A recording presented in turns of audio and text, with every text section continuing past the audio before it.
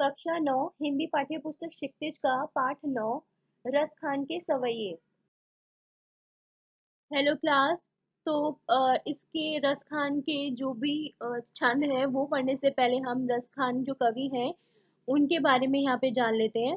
रस खान का जन्म सन 1548 में हुआ माना जाता है। उनका मूल नाम सैयद इब्राहिम था और वो दिल्ली के आसपास के रहने वाले थे। कृष्ण भक्ति ने उन्हें ऐसा मुग्ध कर दिया कि गोस्वामी विठलनाथ से उन्होंने दीक्षा ली थी और ब्रजभूमि में वो जाकर बस गए थे।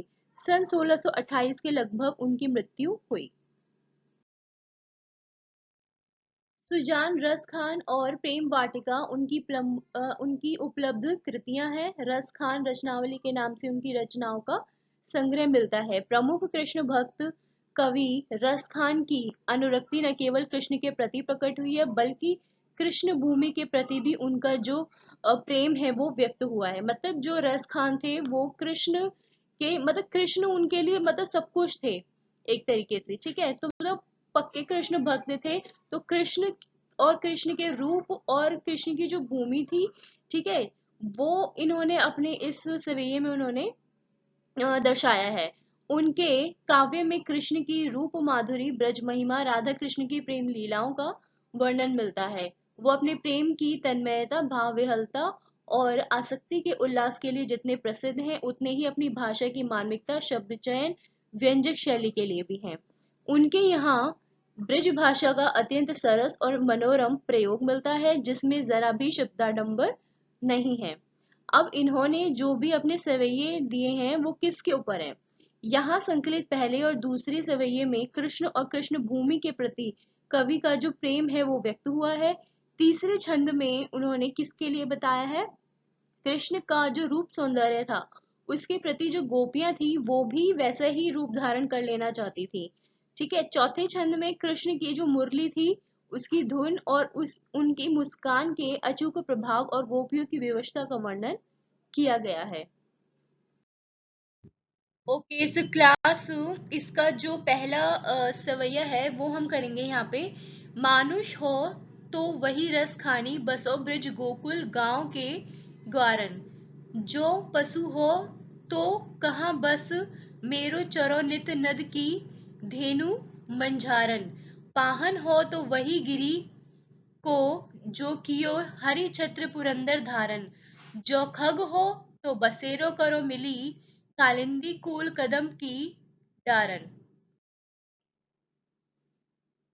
यहाँ पर मानुष का क्या अर्थ है, मनुष्य, बसो यानी बसना, ग्वारन ग्वालों के बीच में, कहाँ बस यानी वश में रहना, चरो चरता रहूं, नित यानी हमेशा, धेनु गाय को कहते हैं, मंझारन बीच में, पाहन यानी पत्थर, गिरी को कहते हैं पर्वत, छत्र यानी छाता, पुरंदर इंद्र, धारण यानी धारण करना, खग पक्षी, बसेरो निवास करना, कालिंदी यमुना, कूल किनारा, कदम एक वृक्ष होता है ये कदम का, डारन शाखाएं या डाले। ठीक है, तो यहाँ पर जो कवि रस खान है इन पंक्तियों में ये कह रहे हैं कि श्री कृष्ण और उनके गांव, उनका श्री कृष्ण का गांव कौन सा था, गोकुल, है ना, गोकुल ब्रज।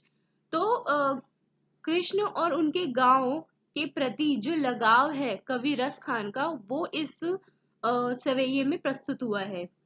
ठीक है, रस खान मानते हैं कि ब्रज के कण कण में कृष्ण बसे हुए हैं। मतलब जो ब्रिज भूमि है वहां हर जगह कृष्ण बसे हुए हैं, उनका निवास है। रस खान इसी वजह से वो अपने प्रत्येक जन्म में मतलब वो चाहते हैं कि मैं, अगर मेरे और भी जन्म है, मैं और भी जन्म लेता हूँ, ठीक है, या जैसे भी लूं, जरूरी नहीं कि मनुष्य के रूप में ही, किसी भी रूप में अगर वो जन्म ले रहे हैं तो वो ब्रज की धरती पर ही जन्म लेना चाहते हैं। रस खान कहते हैं कि अगर मेरा जन्म मनुष्य के रूप में हो तो वो गोकुल के जो ग्वाले हैं उनके बीच में जन्म लेना चाहता हूँ। पशु के रूप में जन्म लेने पर वो गोकुल की जो गाय हैं उनके साथ घूमना फिरना चाहते हैं। फिर वो कहते हैं कि अगर वो पत्थर भी बनते हैं, है ना, तो उसी गोवर्धन पर्वत का पत्थर बनना चाहते हैं जिसे श्री कृष्ण ने इंद्र के प्रकोप से गोकुल वासियों को बचाने के लिए अपनी उंगली पर उठाया था, छत्र के रूप में, छत्र यानी छाते के रूप में, है ना। अगर वो पक्षी भी बनते हैं तो वो यमुना के तट पर जो कदम का पेड़ है उसमें रहने वाले जो पक्षी हैं वो उनके साथ रहना चाहते हैं। तो इसी तरीके से यहाँ पे कवि ये चाह रहे हैं कि कोई भी वो जन्म ले, है ना, किसी भी रूप में वो जन्म ले, लेकिन वो रहना ब्रज की भूमि पर ही चाहते हैं।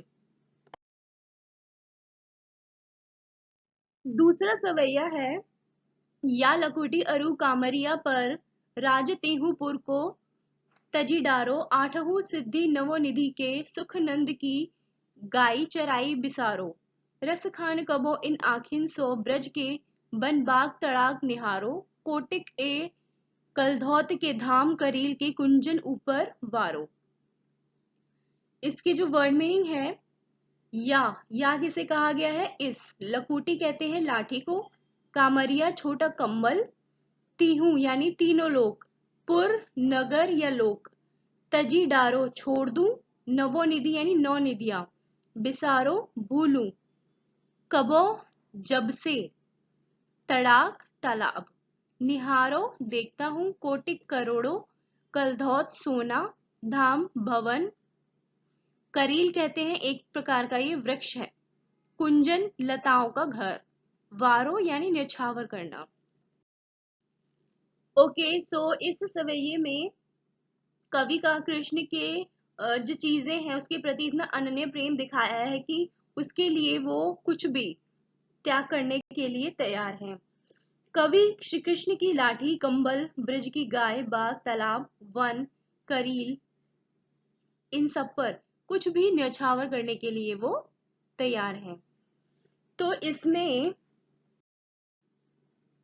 कवि रस खान कहते हैं कि श्री कृष्ण की इस लाठी और कंबल के ऊपर मैं तीनों लोकों का राज्य सिंहासन, मतलब तीनों लोक के जो राज्य हैं उसका जो सिंहासन है उसका भी त्याग करने के लिए मैं तैयार हूँ। मतलब वो कृष्ण के इतने ज्यादा, मतलब इतना ज्यादा प्रेम करते थे कृष्ण से कि उनकी मात्र एक लाठी और एक कंबल के लिए वो किसी भी सिंहासन का त्याग करने के लिए तैयार थे।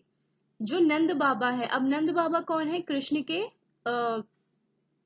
नंद बाबा की जो गाय हैं उनको चराने में मिलने वाला जो सुख है उसकी तुलना में उन्होंने आठों सिद्धियों और नौ निधियों के सुख को भी भुला दिया है। वो कहते हैं कि मैं उस सुख को भुला दूंगा, ठीक है। मतलब उन्हें सिर्फ किस चीज से मतलब है कि नंद बाबा की जो गाय है वो उन्हें चराने में अपना सुख मानते हैं, बजाय के आठों सिद्धियों और नौ निधियों का सुख। रसखान की इच्छा है कि उन्हें कभी ब्रज के वन में बाग बगीचे तालाब आदि को देखने का मतलब अवसर मिले। वो आनंद प्रदान करने वाले करील की कुंजों के ऊपर सोने चांदी के बने हुए करोड़ों महलों को न्यौछावर करने तक के लिए भी तैयार है। तो इसमें सवैये में बस यही बताया गया है कि जो कवि रसखान है उनका कृष्ण के प्रति जो अनन्य प्रेम है वो व्यक्त हुआ है यहाँ पे, है ना। कि मतलब उनके लाठी और कंबल के लिए वो किसी भी राज्य का सिंहासन त्यागने को तैयार है, नंद बाबा की गांव को चराने के लिए वो आठों सिद्धियों नौ निधियों को भी भुला देंगे, है ना। और मतलब वो चाहते हैं कि वो ब्रज के वन, मतलब ब्रज के जो भी वन है, जो बाग बगीचे हैं तालाब है, वो उनको देखना चाहते हैं, उन्हें देखने का अवसर उनको मिले, वो ये चाहते हैं। तो और साथ ही साथ करील का जो पेड़ है, जो वृक्ष है ना, उसके लिए वो किसी भी करोड़ों महलों का जो सोने चांदी से बने करोड़ों के जो महल हैं उनको न्यौछावर करने के लिए भी वो तैयार है।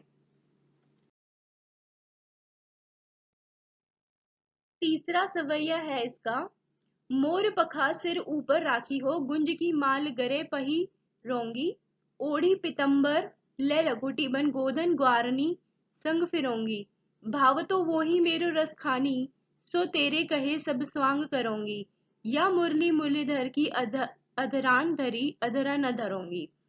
अब इसकी जो वर्ड मीनिंग है, मोर पखा यानी मोर के पंखों से बना हुआ मुकुट।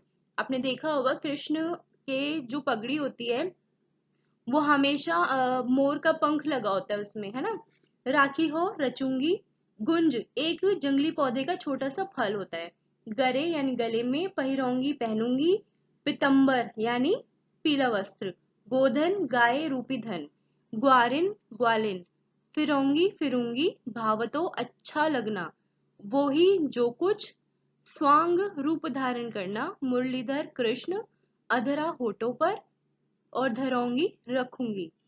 ओके, तो इसमें ये इस सवैये में श्री कृष्ण को प्रेम करने वाली जो गोपियां हैं, है ना, उनमें से एक गोपी जब अपनी सखी से कृष्ण का वेश धारण करने के लिए कहती है, तो उत्तर देते हुए जो सखी है उसकी, वो छंद में क्या कहती हैं वो हम इसमें जानेंगे। तो इन पंक्तियों में रसखान ने कृष्ण से अपार प्रेम करने वाली गोपियों के बारे में यहाँ पर बताया है, जो एक दूसरे से बात करते हुए कह रहे हैं कि वो कृष्ण द्वारा उपयोग की जाने वाली वस्तुओं की मदद से कृष्ण का रूप धारण कर सकती है। मतलब जो कृष्ण है वो अपना श्रृंगार जिन चीजों से करते हैं, जिन वस्तुओं से करते हैं, उसी के द्वारा वो खुद कृष्ण का रूप धारण कर सकती हैं। मगर वो कृष्ण की मुरली को धारण नहीं करेंगी। यहाँ गोपियां कह रही हैं कि वो अपने सिर पर श्री कृष्ण, जो मतलब गोपी है जो अपनी सखी से कहती है रूप धारण करने के लिए, तो वो गोपी जवाब में कहती है कि वो अपने सिर पर श्री कृष्ण की तरह मोर पंख से बना मुकुट पहन लेंगी, अपने गले में कुंज की माला भी पहन लेंगी, उनके समान पीले वस्त्र भी पहन लेंगी, लेकिन अपने और साथ ही साथ अपने हाथों में लाठी लेकर वन में ग्वालों के संग गाय भी चरा लेंगी, है ना। लेकिन गोपी ये कह रही है कि कृष्ण हमारे मन को बहुत बातें हैं, इसीलिए मैं तुम्हारे कहने पर ये सब कर लूंगी, मगर मुझे कृष्ण के होठों पर रखी हुई जो मुरली है वो अपने होठों से लगाने के लिए मत बोलना, क्योंकि इसी मुरली की वजह से कृष्ण हमसे दूर हुए हैं। गोपियों को लगता है कि श्री कृष्ण जो है वो मुरली से बहुत प्रेम करते हैं और उसे हमेशा अपने होठों से लगाए रहते हैं, इसलिए वे मुरली को अपनी सौतन मानती हैं और वो ये कह रही हैं अपनी सखी से कि मैं कृष्ण की जो मुरली है उसको धारण नहीं करूंगी। चौथा सवैया इसका है, काननी दे अंगूरी, रहीबो जब ही मुरली धुनी मंद बजे है, मोहिनी मोहिनी तानन सो रस खानी, अटा चढ़ी गोधन गह तो गह, तेरी कहो सिगरे ब्रज लोगनी, कालही को कितनो समुझे है, माई री व मुख की मुस्कानी, सम्हारी न जय है न जय है न जय है। काननी क्या है? कानों में, दे यानी देकर, दे यानी देकर, अंगूरी उंगली, रहीबो रहूंगी, धुनी धुन, मंद मधुर स्वर में, बजह है बजाएंगे, मोहनी मोहने वाली, तानन यानी जो सुर की तान होती है ना, जो धुन होती है उसे कहते हैं। अटा यानी अटारी या अटालिका, गोधन ब्रज क्षेत्र में गाय गाया जाने वाला जो लोकगीत है उसे कहा गया है। गह यानी गाएंगे, टेरी पुकार कर बुलाना, सिगरे सारे, काल ही कल, समुझय है समझाएंगे, मायरी हे माँ, वा यानी वह या उसके, संहारी यानी संभाला, न जहे नहीं जाएंगी।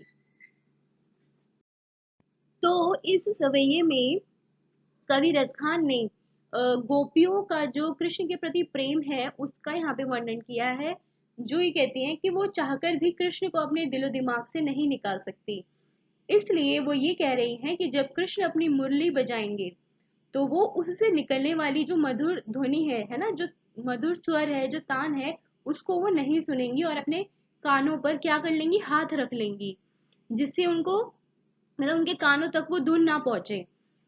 ठीक है, उनका मानना है कि भले ही कृष्ण किसी महल पर चढ़ गए, है ना, जैसे लिखा है ना यहाँ पे अट्टालिका, अटा है ना, किसी अटारी पर चढ़कर भले ही वो मुरली की जो तान है वो बजाएं या गीत ही क्यों ना गाएं, जब तक वो उसे नहीं सुनेंगी तब तक उन पर मधुर तानों का कोई असर नहीं होने वाला।